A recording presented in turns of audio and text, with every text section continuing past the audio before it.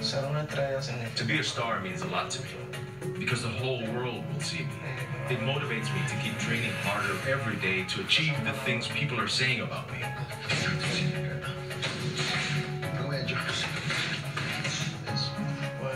This gym I helped build with my own hands, picking up blocks, carrying buckets of cement, and you can see it's a humble gym. It's simple, but from here are going to come lots of champions.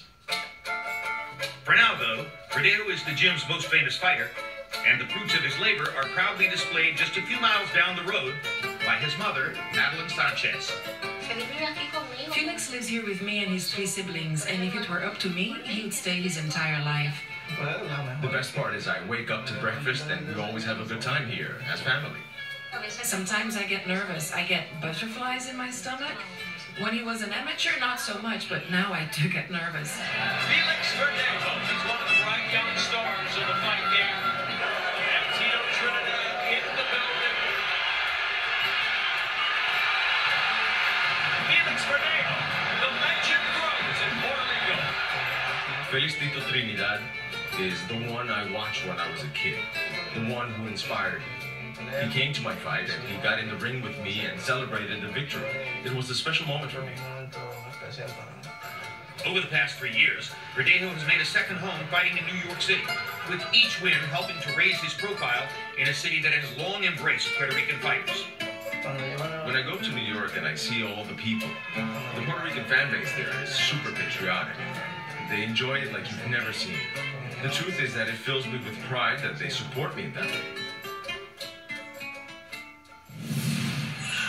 We bring you back live to the theater at Madison Square Garden, and because Verdejo is in the first of the 2 fights, it's a arriving crowd, largely Puerto Rican in content, as they get ready to watch the young man who is already a celebrity at age 22, Roy Jones. He appears to have everything: hand speed, balance, timing, an understanding of the game. What are the ultimate possibilities, and what are we looking for tonight? Well, the sky's the limit for him, Jim. Because of his elongated body, he's so tall, he could go up 3 or 4, maybe 5 even weight classes. I asked Lomachenko about their amateur meeting, which Lomachenko won, and he said, listen, that was nothing. Verdejo was a baby back then. He's going to be really, really good. And now, as Verdejo has a pre-fight prayer in his corner, let's go to ring announcer Lupe Contreras at center ring.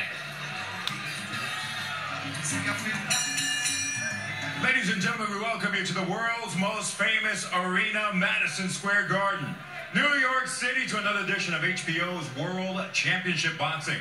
Proudly presented to you by Hall of Fame boxing promoter Bob Arum's Top Rank Incorporated, in association with Diamante Promotions, and being sponsored by La Cerveza Tecate con Carácter, and broadcast worldwide on HBO Sports. This is our co-featured bout of the evening. 2 undefeated fighters going 10 rounds for the WBO Latino Lightweight Championship. President of the WBO, Francisco Paco Valcarce. Supervisor, Luis Perez. The 3 judges are John McKee, Alan Rubenstein, and Robin Taylor. At the sound of the bell, the man in charge, referee Gary Rosato. And now, ladies and gentlemen, Brazil and Puerto Rico. We find out quién es el más macho. Introducing first, the challenger in the blue corner, wearing the colors of his homeland, green and amarela. When he stepped on the scale, he weighed in at 134.5 pounds, and he enters the ring undefeated in 23 pro bouts. 14 of his victories coming by way of KO. From Sao Paulo, Brazil, William Babyface Silva.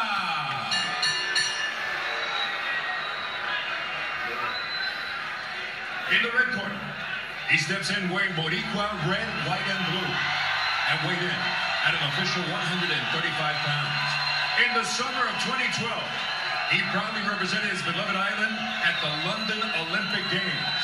And now, he too enters undefeated as a professional with 19 victories, 14 of those victories coming by way of KO. defending his WBO Latino Lightweight Championship, and representing Residencial Las Gladiolas, Woohoo! Puerto Rico, el Bori Bori, Boricua, Felix Diamante Verdejo.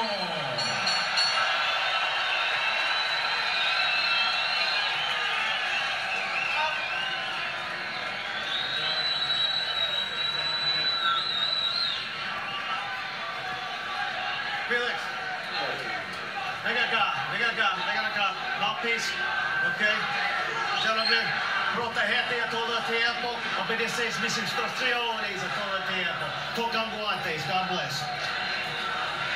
Amen. Packed house on their feet for the first televised fight.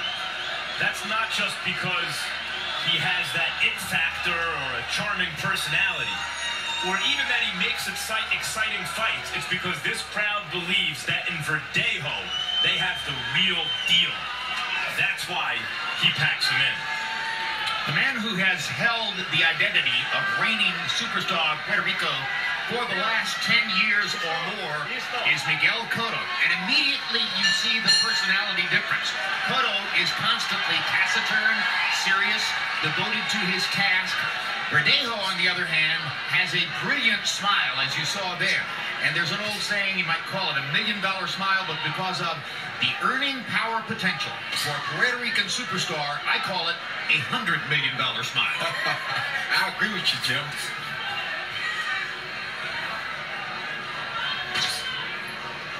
Quick jab for Verdejo. The long arms, big advantage for him. It's an interesting matchup because you can search far and wide trying to find an opponent in the lightweight division who is taller than Felix Verdejo, and they found him. This guy's about 1.5 inches taller, but again, does not have longer arms. An undefeated fighter who's also taller and longer than Verdejo, although maybe not in terms of his jabbing arm. Describes himself as a counterpuncher, which might necessitate an attacking style tonight from Verdejo. Yeah, it might necessitate an attacking style, but to me, Verdejo is doing the right thing. He's filling this guy out, moving left and right, showing a lot of head movement, trying his straight punches first so he can try to hit him at distance. Because you never know with an undefeated fighter what he really brings to the table. What usually separates fighters on this level is speed.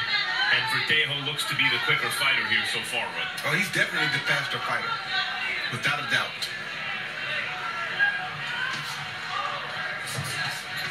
What's always interesting, Max, is to see when one undefeated fighter hits the other one clean, what happens.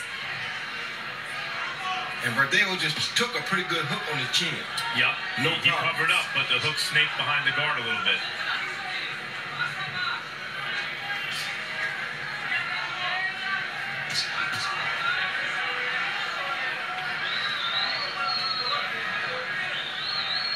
Asking Silva how he intended to negate Verdejo's speed, you'd expect the answer to be timing or distance, but he said, I just have to be quicker. I don't know if he can do that or not, but, you know, what we did see once upon a time was we saw Miguel Cotto negate Shane Mosley's speed with the jab. He had the timing on the jab. So that was pretty interesting. Maybe the Puerto Rican can pull from the other Puerto Rican.